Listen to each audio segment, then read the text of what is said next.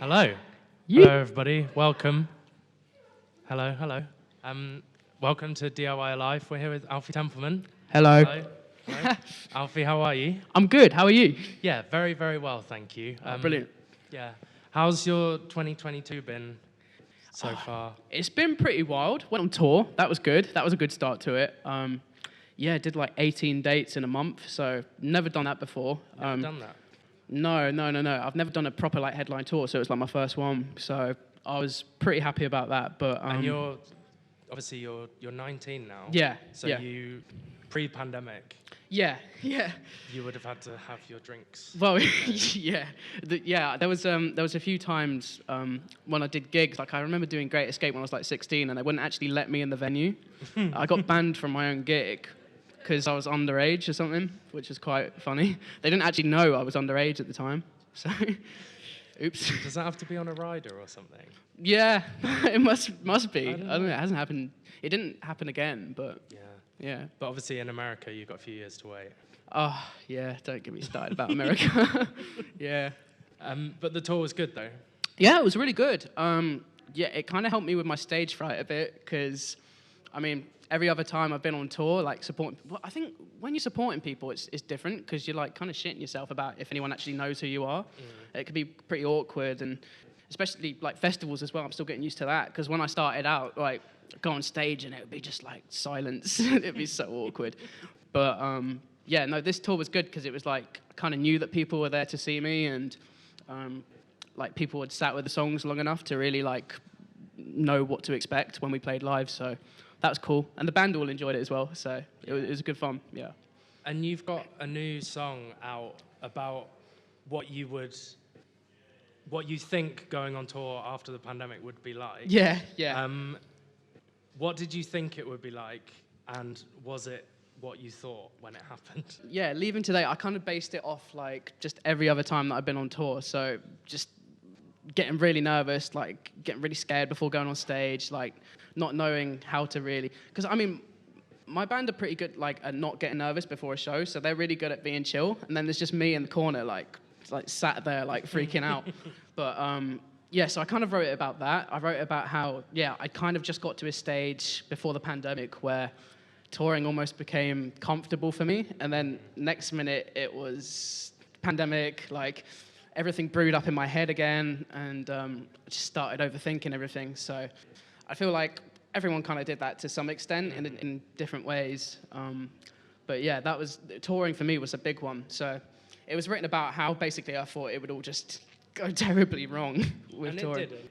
It did. Somehow it didn't. I mean, there were definitely moments where things got close to being wrong, but somehow they didn't. So yeah.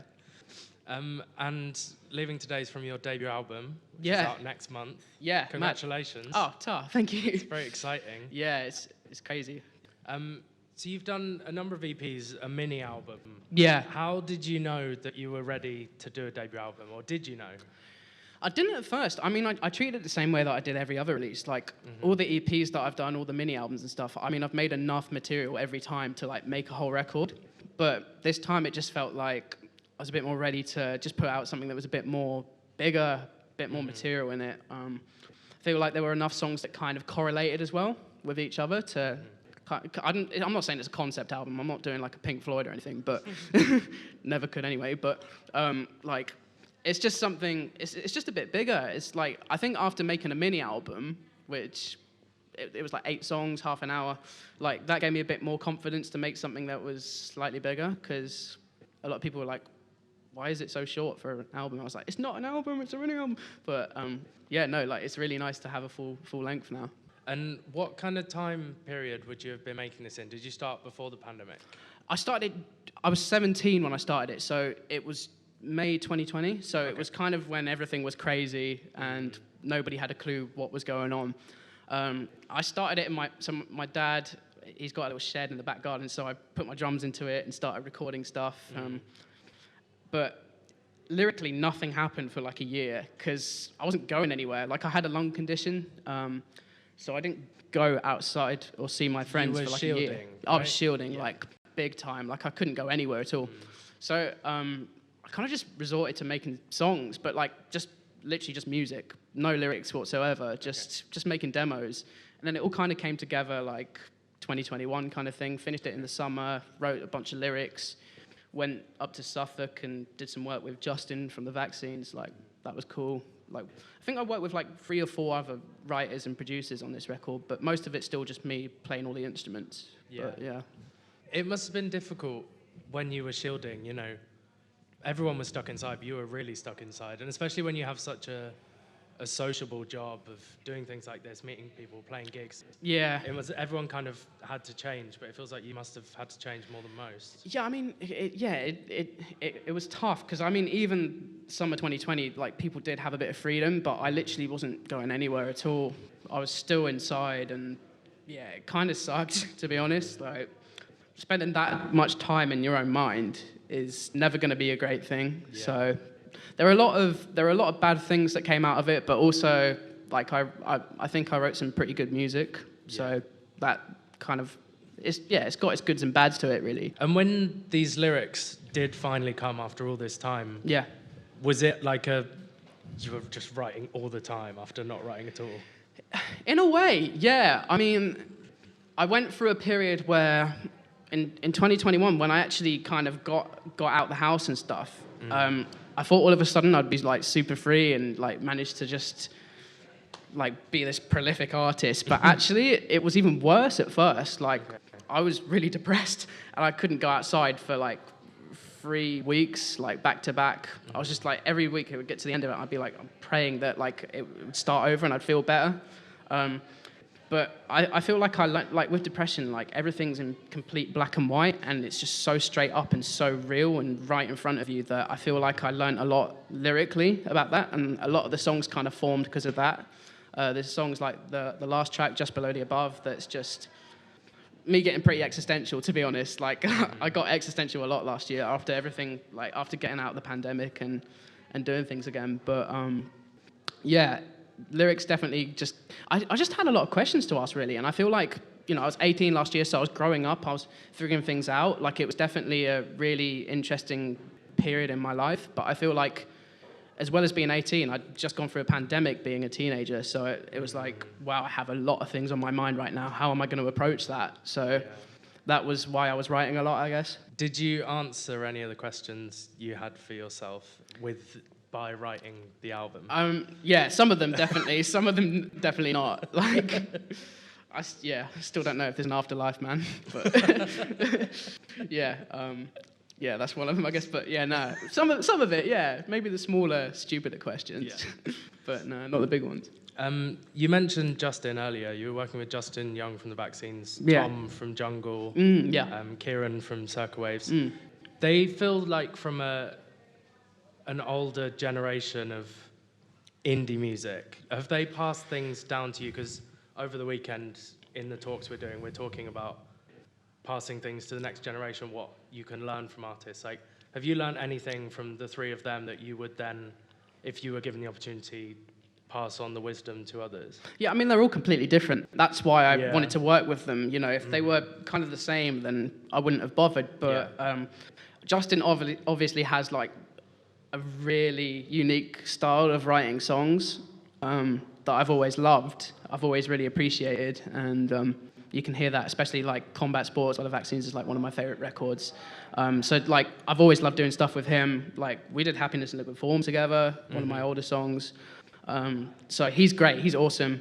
And he helped me a lot with lyrics. He helped me a lot with kind of phrasing things and putting things together and working out different rhythms and ways of like just kind of symbolizing your lyrics, but also being a little bit more open about yourself. Like songs like one of my songs, Broken, is a lot more honest, and other songs on the record. But Kieran from Circa Waves, he's just so lovely. He's just a bubbly person. He's like really nice to work with.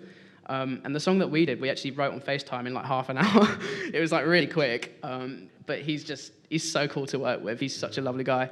And Tom, like, I've just done a ton of stuff with Tom from Jungle, but he's just sick. He's just really cool. He's just like the coolest person. You play a lot of instruments yourself, right? I play like 2 like well, and like a bunch of other stuff. The quote I saw was 11. Oh, that's don't know. The people are overstretching that because, like, I can't play them very well at all. Seriously. I heard that the flute was the latest one that you added. I need a few lessons from Lizzo, to be fair. With, you know, being able to go into the studio and do everything yourself, what do you want from the people that you're bringing in to work with you, like the ones we mentioned or anybody else? That's a good point. I mean, because when I started off, I was recording everything by myself and writing it by myself, which is good, but it's also nice to have like a different opinion, a second opinion, you know, because I feel like when you're kind of just sat there for hours and in that flow state making a song, you don't really sit from the other side. Like you can get a bit narcissistic about your own songs, to be honest. You can think, oh, this is hot shit, because you've made it, you've written it, you've done it in your room or whatever, and you've focused on it for hours. But it's nice to just have, you know, someone going, what if you went this direction? What if you tried this? What if you changed the progression to this? And that's happened a million times, especially with this record in particular. Like, there's another guy I work with called Charlie from Common Saints, a band that he has. And it's the opening song, a Western it's called. And he just came up with this like really cool progression that I'm so glad that, you know, because a few years ago I wouldn't have worked with anyone really, because I would have been like, oh no, I can do it by myself. But like he opened up a lot of ideas to me, and as well as the other guys, and that's a really good example of it. He just showed me there's like, look, there's a million different ways, like, and that's the amazing thing with music and art in general. There's no specific path. There's no, you know, there's not just a single way of making a song. There's a million different ways, and we all have different brains, and we all have different ways of approaching songs, and he was a great example of that. Yeah, that's wonderful. Last thing, you released a new song this week. Yeah. For Earth Day, which was on Friday. Yeah, that's right. Yeah, it was on Friday. Yeah, that was with Earth%. Yeah. Yeah, with Earth%, Brian Eno's climate change charity. Yeah. What was? You've spoken up about climate change quite a lot. Is that something that you believe in strongly and want to help out with? We're doing a raffle this weekend for Music Declares Emergency, and it's nice to see so many artists getting involved. Well, yeah, absolutely. I mean, put it simply, there is literally no planet B. Like, we've only got one shot at this, and I think like the more that we can do to make this planet better and greener is you know, it's right in front of us. We've only got one shot at this, and it was just a small thing that I wanted to do, but the actual song itself is just talking about those that are less fortunate in the world in general. And I just felt like a good statement. It just felt like a good time to put that out, especially with everything going on in the moment. Yeah. So I was kind of really like shocked that he wanted me to do something for that, to be honest. Yeah. It was really cool. Yeah. And another person contributing to that is Declan McKenna. Yeah. Who you're going to be playing guitar for. Yeah. At the Royal Albert Maybe Hall. drums as well. Maybe drums. Yeah. Flute, maybe. Not flute, no. I'd bollocks up the whole concert if I did that. Have you been in rehearsals? Not yet, so I'm pretty nervous. Yeah, he's really just trusting me with that one at the moment. There's a whole crew of you joining him, right? Yeah. Yeah. Yeah, there's a lot of really cool people, actually. C-Matt is playing. His guy that he works with, Josh, that's really cool. I mean, there's countless people that are playing. Soren Bryce, like, it's going to be sick. It'll be really cool. It'll be wonderful. I'm looking forward to it. Thank you so much for taking the time today, Alfie. Oh, no, of course. Really appreciate Thank you. it. And yeah, thank you for coming down. Thank you, everybody. Thanks, guys.